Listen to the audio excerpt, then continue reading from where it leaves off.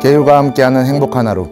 저는 투게더에서 여러분들과 함께 불교의 계율에 대해 이야기하는 법장입니다.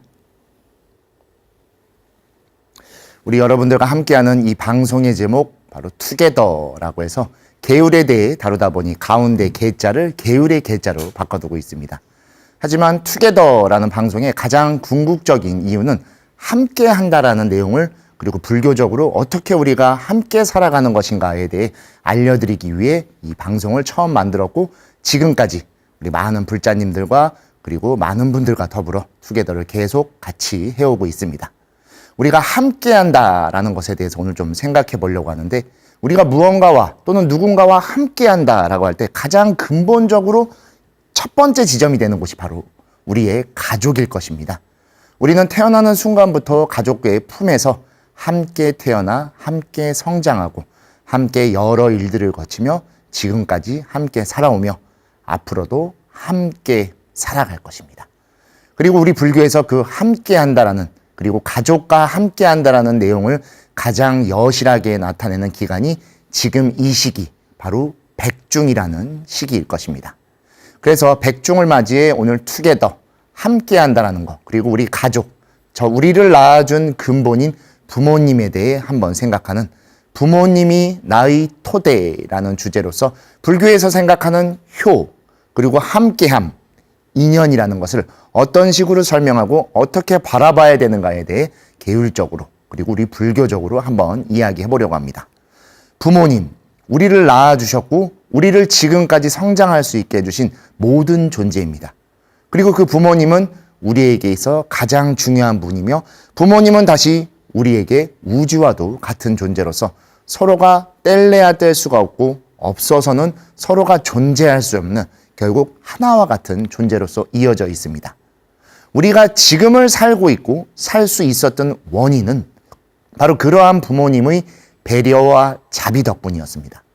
그리고 그분들이 계셨기에 우리가 지금 있을 수 있고 다른 우리가 내일 다시 있을 수 있는 것입니다. 여기서 말하는 다른 우리라고 하는 건 오늘을 살아가는 우리가 내일을 맞이할 수 있는 것이며 또 여러분들이 가족을 또 꾸려서 또 다른 인연들과 만나 자손을 낳거나 함께해서 다음에 내일의 가족으로 이어갈 수 있게 된다는 겁니다. 그래서 불교에서는 신의 존재를 두지 않고 우리를 누군가가 만들지 않은 새 무시이래라고 해서 끝없는 시작이래 우리는 인연과 더불어 계속해서 지금까지 살아왔다라는 가르침 속에 이러한 관계성이 들어있는 겁니다. 우리는 누구를 통해 태어났습니까? 라고 물어봤을 때 부모님일 겁니다. 하지만 그 부모님은 또 누구를 통해 태어났습니까? 하면 부모님의 부모님, 우리에게는 할아버지, 할머님이시겠죠. 그분들도 또 그분들의 부모님, 그 부모님은 또 부모님. 정말 표현할 수 없을 정도로 무수한 인연들이 저 멀리서부터 이어져 와서 우리라고 하는 지금 오늘을 살고 있는 우리를 갖게 된 것이며 우리를 통해 또 다음 세대가 태어나 함께 살아갈 것입니다. 저 같은 경우는 또 출가자니까 가족은 없지만 또 제자들, 상자들, 또 많은 인연들이 저와 더불어 생겨나 함께 살아가는 그러한 인연 관계 속에 우리는 끝없이 살아가고 반드시 그 토대를 우리가 알아야 지금의 자신을 잘 이끌어갈 수 있기 때문에 그래서 불교에서도 이 부모님에 대해 무엇보다 중요하고 효라는 가치관으로서 가족의 일원으로서 또 가족으로서 잘 살아가야 됨을 항상 설명합니다. 이렇게 돼서 시간을 통해 바라봤던 과거, 현재, 미래라고 하는 그러한 개념을 넘어서 불교에선 인연이라고 하는 것을 통해 과거, 현재, 미래를 다시 설명하고 그것이 바로 부모님과 나와 지금 우리를 구성하고 있는 가족이라고 설명하는 겁니다. 처음에는 우리는 시간적으로 삶을 생각합니다. 나의 이전 삶이 있었고 그것을 토대로 업이라고 하는 또는 과보라는 것을 통해 나의 지금을 살아가며 지금 내가 짓는 업에 의해 다음 과보를 받아간다는 과거, 현재, 미래의 시간적인 업의 구조로만 우리의 삶을 살아왔지만 대승불교가 되며 불교에서도 당연히 설명되지만 대승불교에서 더욱더 부각되며 인연이 강화돼서 인연이라고 하는 건 시간을 넘어 공간까지도 아우르게 되는 겁니다. 그래서 가족이라고 하면 시간을 넘어서 공간성도 같이 들어있죠. 우리가 이 삶 속에서 그 가족들과 함께 살아왔었고, 혹여 먼저 떠나가신 선망 부모님이나 가족들이 있다면 그들을 우리가 기억하고 있기 때문에 그들의 사랑과 자비함에 감사를 표시하는 것이고, 그분들 덕분에 내가 지금 이렇게 잘 살아가고 있구나를 스스로 느낄 수 있는 겁니다. 그것은 공간적으로 인연이라는 것을 우리가 바라봤고 함께 있고 그 속에서 우리가 이어져 있었음을 더욱더 잘 알고 있었기 때문에 추모라는 개념을 넘어서 그들과 내가 함께 이어져 있다는 것을 알게 되는 겁니다. 그러다 보니 불교에서도 우리 원래 세시풍속으로 있었던 민간의 백중을 불교에서도 백중이라는 이름으로 받아들이게 됩니다. 여기 지금 제가 한문으로 표시해놨지만 민간에서의 백중은 일백백자의 가운데의 중자입니다.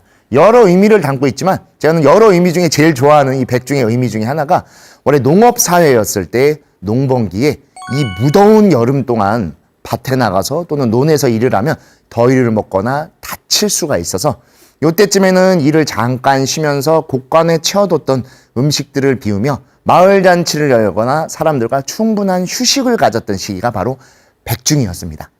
그리고 이 백중이 지나고 나면 무엇을 해야 되냐?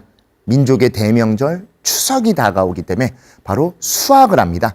충분히 몸을 쉬었고 날씨가 조금 사그라들었을 때 모두가 다시 힘을 내서 수확을 해서 비어났던 곳간을 채우고 그것을 통해 조상님께 이렇게 농사가 잘 지어진 거에 대한 감사함을 표현했던 게 우리의 민간 세시풍속인 백중이었었습니다. 지금은 많이 사라졌는데 좀 지방이나 그런 데서 아직도 남아있는 곳이 있습니다. 백중 기간에 백중장이라고 해서 장터가 열리기도 했었습니다. 곳간에 여러 음식들이나 물건들이 있으니까 그걸 내놔서 우리 요새 바겐세일이라고 하죠. 싸게 쭉 내놓으면 사람들과 같이 나눔을 통해서 함께 베풀고 나누는 그런 모습이었죠. 불교에서 바라보는 보시 그리고 인연에 대한 감사함, 백중과 굉장히 많은 것들이 유사해서 불교에서도 이 백중을 지금같이 사찰에서 많은 이 법회로서 또는 법요로서 이어져 가게 되지만 불교에서는 이 중자를 때때로 일백백자의 무리 중자로서 사용할 때도 있습니다. 100명의 무리다. 즉 모든 중생에 대한 표현을 이야기하는 겁니다. 이 의미는 무엇이냐면 백중이 되면 우리 77, 49제라는 것을 올리고 맨 끝에 우람분절을 이야기하죠.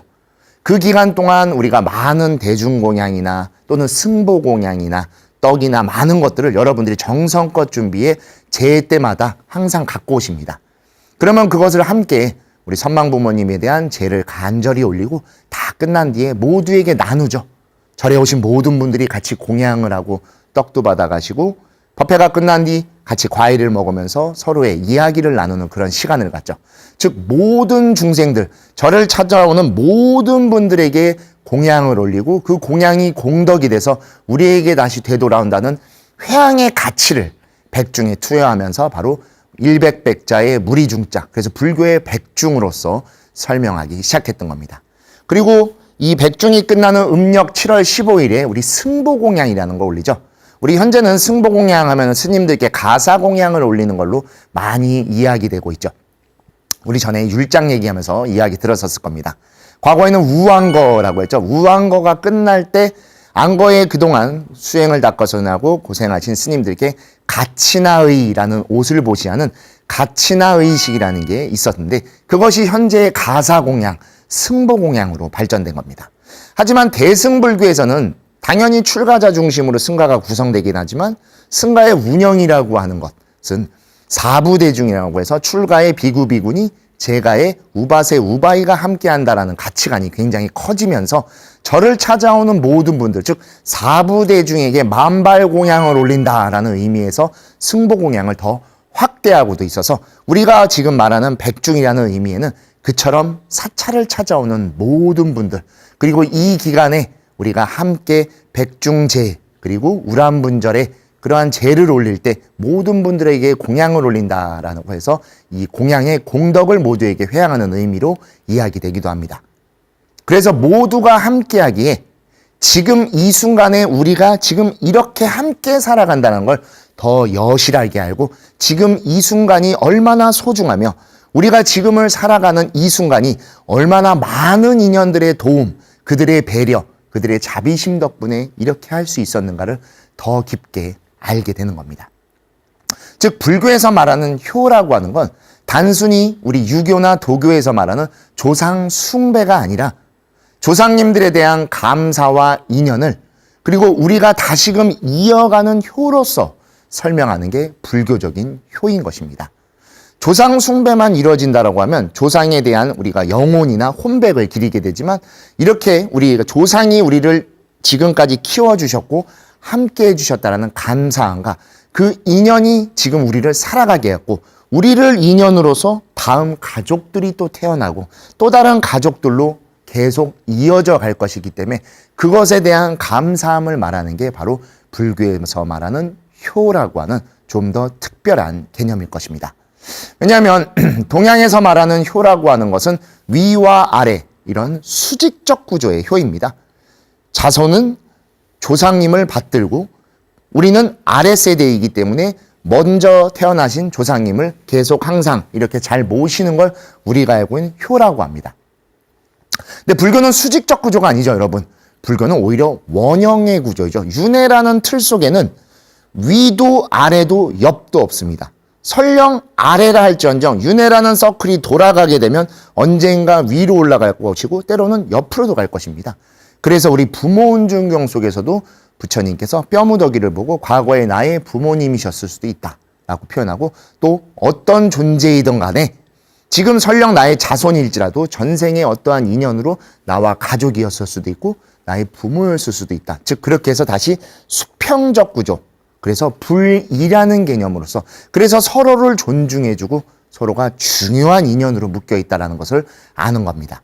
하지만 부모님, 조상님들은 우리를 배려해 주셨고 키워주셨기 때문에 그러한 의미에서 감사와 존중과 자비를 거기에 대한 효로서 표현하는 게 바로 불교적 효인 겁니다.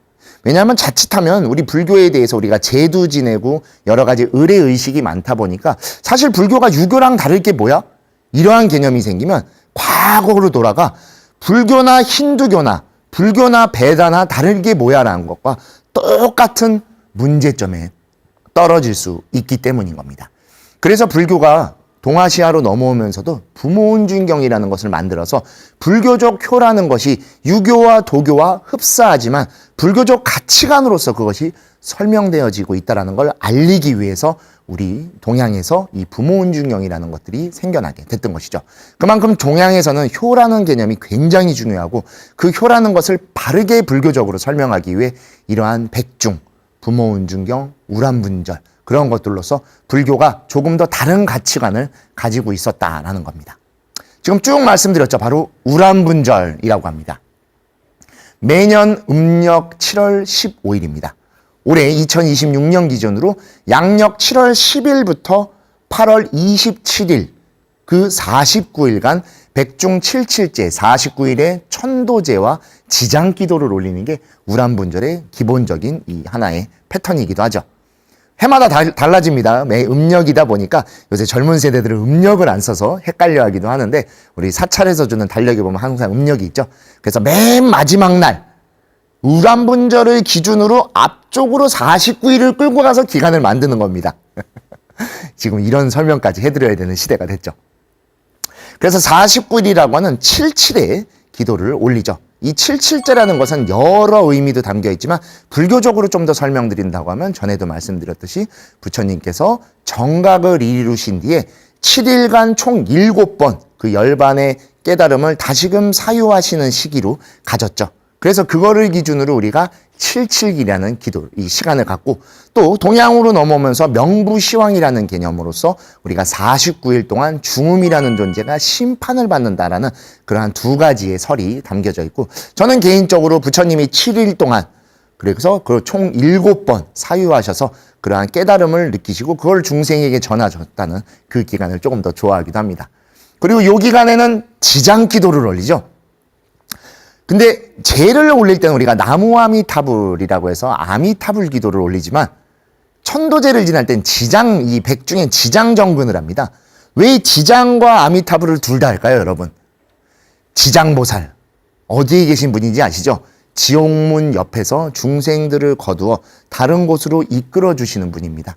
그래서 항상 손에 육환장이라고 해서 6개의 고리가 걸려 있는 것으로 짱그랑 짱그랑 소리를 내서 그 소리를 들은 중음이 지장보살을 바라보거나 찾아가면 그분이 다시금 그 지옥에서 꺼집어내 지옥에 못 들어가게 해서 이끌어 주십니다. 또는 수자령이라고 해서 우리 태아영가라고 하죠. 수자령, 물수자의 아들 자자입니다.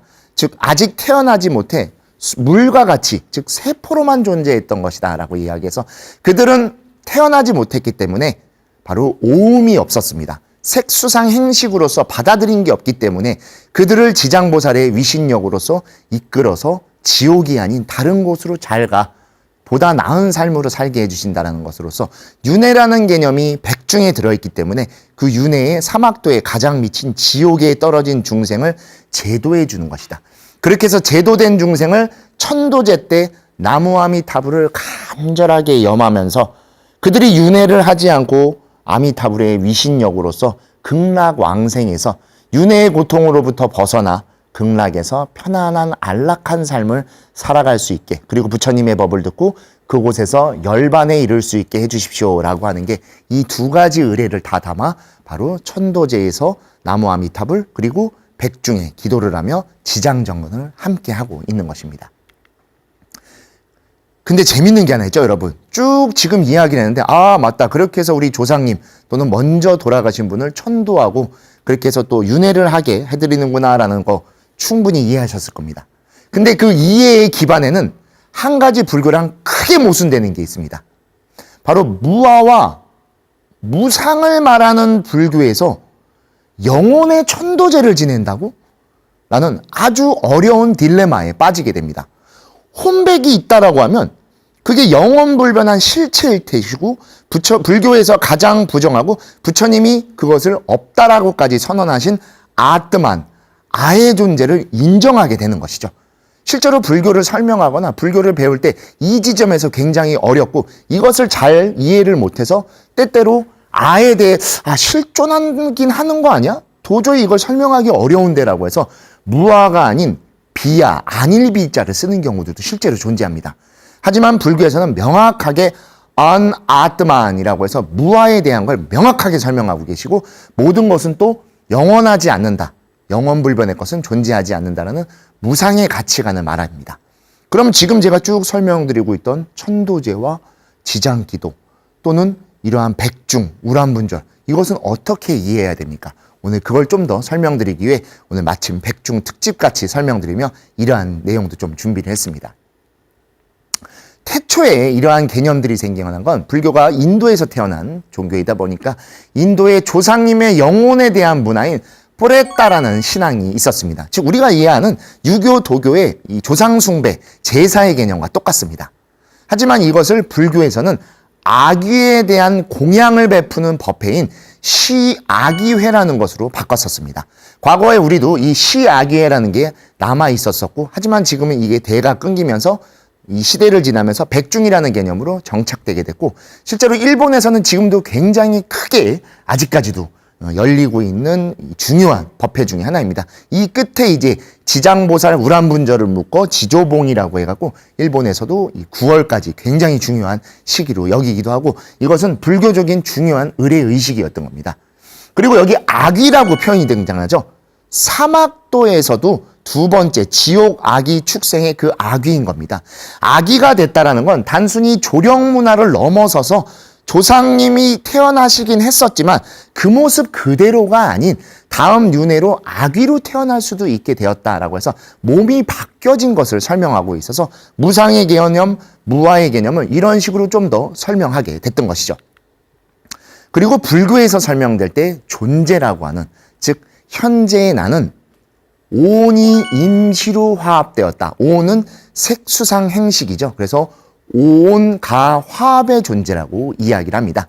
그래서 그 과정을 설명할 때 중유, 생유, 본유, 사유의 상태로 살아가게 되고 그 안에서 우리는 윤회하면서 계속해서 영겁토록 살아간다고 이야기합니다. 요거는 제가 예전에 번역해서 낸 책 업이란 무엇인가에 굉장히 상세하게 설명이 되어지고 있습니다. 먼저 보시면 중유, 요게 이제 우리가 알고 있는 약간 영혼, 혼백에 가까운 시기입니다. 49일 동안 이 중유가 생존하면서 자신이 전생에 지었던 업의 여러 가지 것들을 판단받거나 또는 불교적으로는 그 업보를 확인해서 다음 생으로 가는 모습으로 바뀌는 시기입니다. 그리고 바뀌기 때문에 이때 생유라는 과정으로 들어가죠. 생유, 유는 마와라고 해갖고 우리가 존재를 받는 형태를 말하는 겁니다. 태어나는 그 순간이 바로 생유입니다. 태어나는 그 순간 그 모습인 거죠. 우리는 사람으로 태어났기 때문에 태어난 그 순간 사람의 모습인 겁니다. 그리고 본유, 태어난 이후 동안 여러 인연들과 많은 영향들을 받으며 우리는 성장하고 살아가게 되죠. 그리고 그 끝에는 필연적으로 죽음을 맞이하죠. 그때를 사유라고 해서 이 과정을 살아가는 겁니다. 단순히 생로병사에서 사 이후로 끝나는 게 아닌 사 이후에 생이 있고 사와 생 사이에 중유라는 것을 둬서 그 사이 동안 우리가 앞에 삶을 살았던 동안 지었던 여러 행위들에 의한 업을 확인하고 그 업에 의한 판단으로서 즉 과보로서 다음 생을 살아간다라는 게 불교적으로 바라보는 윤회의 가치관이었던 겁니다. 그리고 이때 말하는 걸 중유. 우리 한국 불교에서는 중이라는 표현을 잘 안 쓰죠. 여러분이 가장 아시기 쉬운 표현은 바로 중음일 겁니다. 우리 사찰에서는 중음신이라고도 많이 부르죠. 중음의 음자는 우리 오음성고라고 들어보셨죠, 여러분? 오온으로 이루어진 모든 것들은 다 무너진다라고 하는 우리 불교에서 고통을 설명할 때 나오는 그 표현, 그 음입니다. 즉 이것은 온과도 같아서 중온이라고도 부를 때도 있어서 아까 말씀드렸듯이 오온이 임시로 합해진 존재이기 때문에 우리가 죽은 이후에는 그럼 무슨 존재로 있게 되는 겁니까? 내가 없다라고 하면 나라는 혼백이 없다라면 도대체 무엇입니까? 라고 할 때 바로 색수상 행식으로 내가 살아가면서 생긴 그런 업의 여러 가지 덩어리들이 오음과 붙어 있어서 그 오음이 몸을 갖지 않은 중간 상태로서 지내게 되는 중음으로 있게 되는 겁니다. 그래서 죽음 이후에 다음 윤회하여 태어날 장소에 도달하기 직전까지의 상태, 그래서 중간적 존재이기 때문에 중자를 쓰고 하지만 그 형태라기보다는 그러한 상태로 존재하기 때문에 바로 오온의 상태인 온을 붙여 중음이라고 부르죠. 그리고 이거는 절대로 실제성의 실체가 아닙니다. 불교는 어떤 것이든지 단 하나라도 실체로서 두는 것은 완벽하게 부정합니다. 이렇게 있다라고 하는 것은 절대로 없죠. 설령 있다 하더라도 삼법인 정도의 인자라, 무드라를 달고 있는 것밖에 없습니다. 그리고 이건 확정되어 있다는 것이죠. 제가 지금 이렇게 손에 리모컨을 들고 있는데 이런 식의 리모컨은 반드시 필연적으로 무조건 리모컨이어야 됩니다라는 것을 인정하지 않는다는 겁니다. 제가 리모컨으로 쓸 때만 리모컨인 거죠. 그리고 설령 이게 만약에 쓰다가 고장이라도 나게 되면 그때는 리모컨으로서의 기능이 사라졌기 때문에 이것은 아마 쓰레기라고 불려서 분리수거 쓰레기통으로 들어가게 될지도 모릅니다.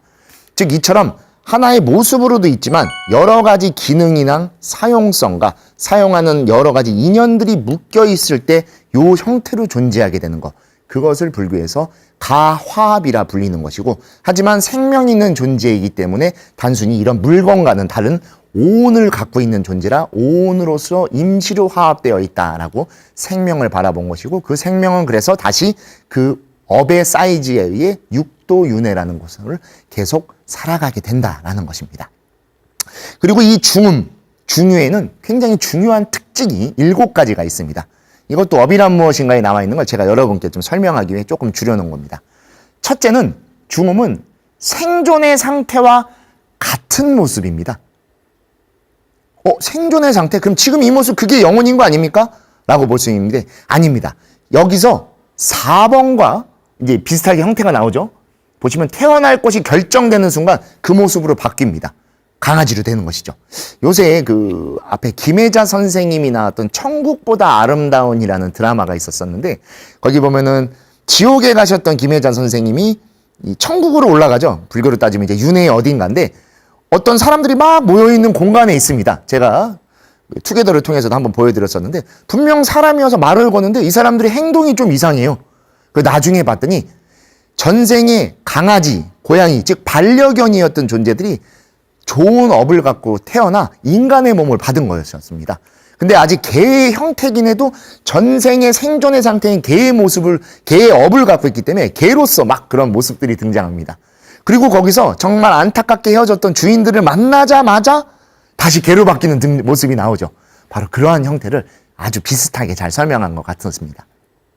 그리고 두 번째가 미세한 상태여서 같은 부류나 특수한 힘이 아니면 절대로 볼 수 없습니다. 이건 왜 이런 규정을 두냐면 우리 때때로 무언가를 본다거나 뭔가 미래를 이렇게 점괘나 그런 걸 통해 보려고 하죠. 그럴 수 없다라는 겁니다. 절대로 확인할 수 없습니다. 특수한 힘이라고 들어있는데 이 특수한 힘이라고 하는 건 수행을 통해 얻어진 부처와 같은 존재밖에 확인할 수 없다라는 것입니다. 그래서 우리 우람분절에서도 신통제일 목권령과 부처님만이 대화에 들어가 있죠. 그 정도로 아무나 할 수 없는 겁니다. 그리고 세 번째도 같은 내용이 나와 있죠. 공중, 즉 허공을 통해서 이동하며 어떤 것에도 걸리지 않습니다. 형태, 실제성이 없겠다라는 얘기인 겁니다. 단 하나의 실제라도 좀 세포나 원자라도 있으면 무언가에 부딪힐 겁니다. 그게 아니라는 겁니다. 그리고 써있죠.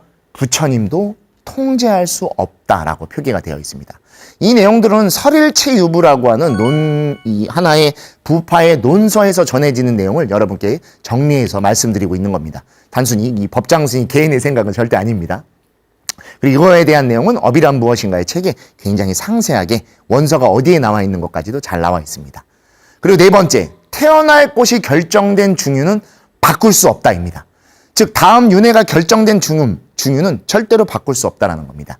근데 이 개념은 대승불교로 넘어오면서 바뀌게 됩니다.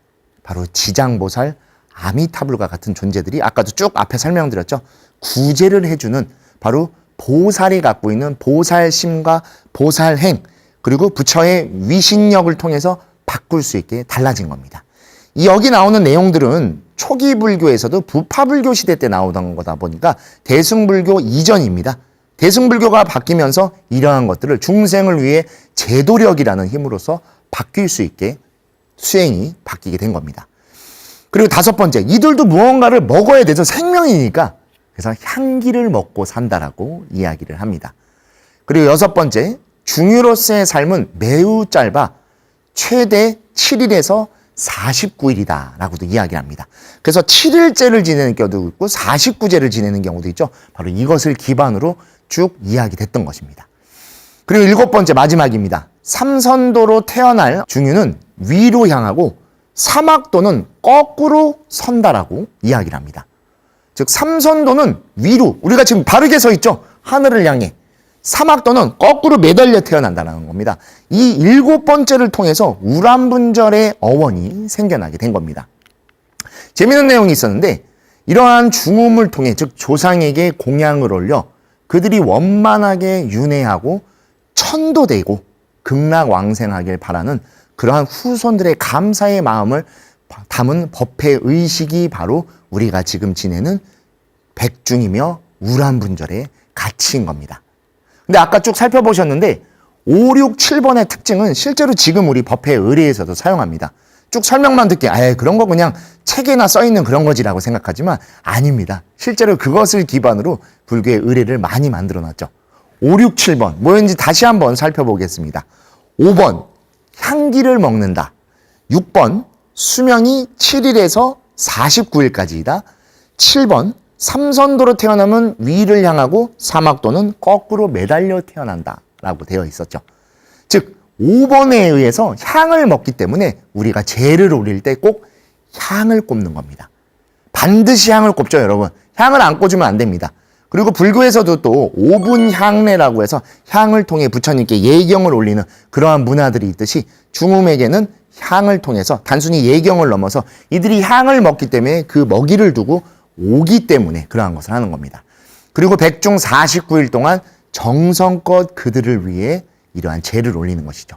그리고 행여나 사막도에 거꾸로 태어났을까라는 걱정에 우람분절에 승보공양을 올려 우리가 승보공양을 올려서 쌓은 공덕을 그들에게 회양하고자 하는 것이 이러한 중음의 특징에 들어있는 5, 6, 7번을 그대로 지금 우리 한국 불교, 동아시아 불교에서도 백중을 통해서 같이 활용하고 법요에서 이러한 공덕을 쌓게 하는 것입니다.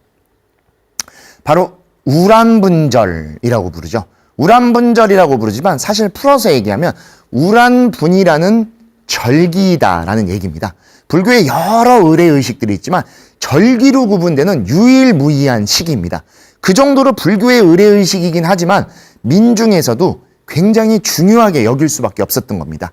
추석과 더불어 조상 의례의식의 이 우란분절은 굉장히 중요합니다.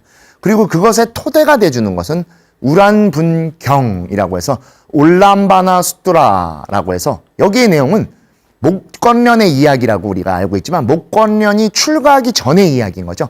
목건련이 바로 나복이라는 청년의 이름을 갖고 있었던 시절, 그의 아버지였던 장자였던 부상과 그의 어머니였던 청제 부인의 이야기를 다룬 겁니다.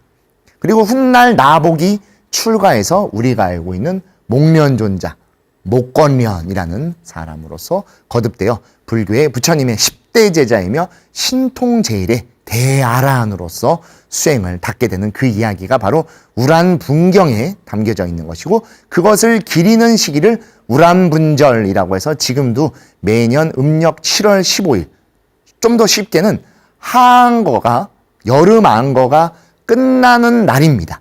그래서 그때를 우란분절로 기리고, 안거가 끝난 시기에 우리 큰절이나 우리 선원이 있는 또는 스님들이 모여있는 도량에 많은 분들이 찾아가 같이 우란분절 그리고 백중의 49제를 함께 지내고, 그리고 그곳에서 수행하셨던 스님들께 공양을 올리고, 또는 사찰을 그날 찾아오신 모든 분들께도 같이 공양물을 대접해서 모두가 함께 즐겁고 이 여름의 끝자락을 감사하게 여기며 다음 추석에 수학을 기리며 조상님께 그 자비로움에 감사를 전하는 시기로서 활용되고 있는 겁니다. 그리고 우란분절에는 특별한 이야기가 있죠. 바로 목건련의 어머니인 청제 부인이 아버님이 돌아가신 뒤 이 청년 나복, 즉 목련의 이전 이름이죠. 목련이 잠시 돈을 벌러 밖에 나간 동안 여러 스님들을 구박하고 집안에서 함부로 살아가면서 지었던 죄업에 의해 천하의 목건련, 대아란을 낳았던 큰 공덕이 있음에도 자기가 그런 극심한 악업을 지었어서 죽음 이후에 아귀로 태어나게 됩니다.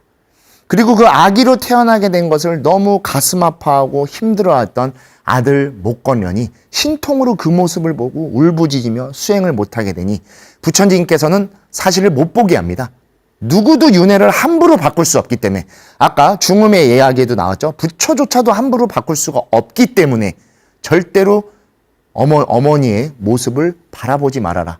어디로 윤회했는지 찾아보지 말아라 라고 했는데 결국 목련은 찾아봤고, 아끼는 제자가 그렇게 비탄에 빠진 모습에 부처님께서는 어떻게 바꿔줄 수가 없기 때문에 아귀로서의 수명을 줄여주십니다.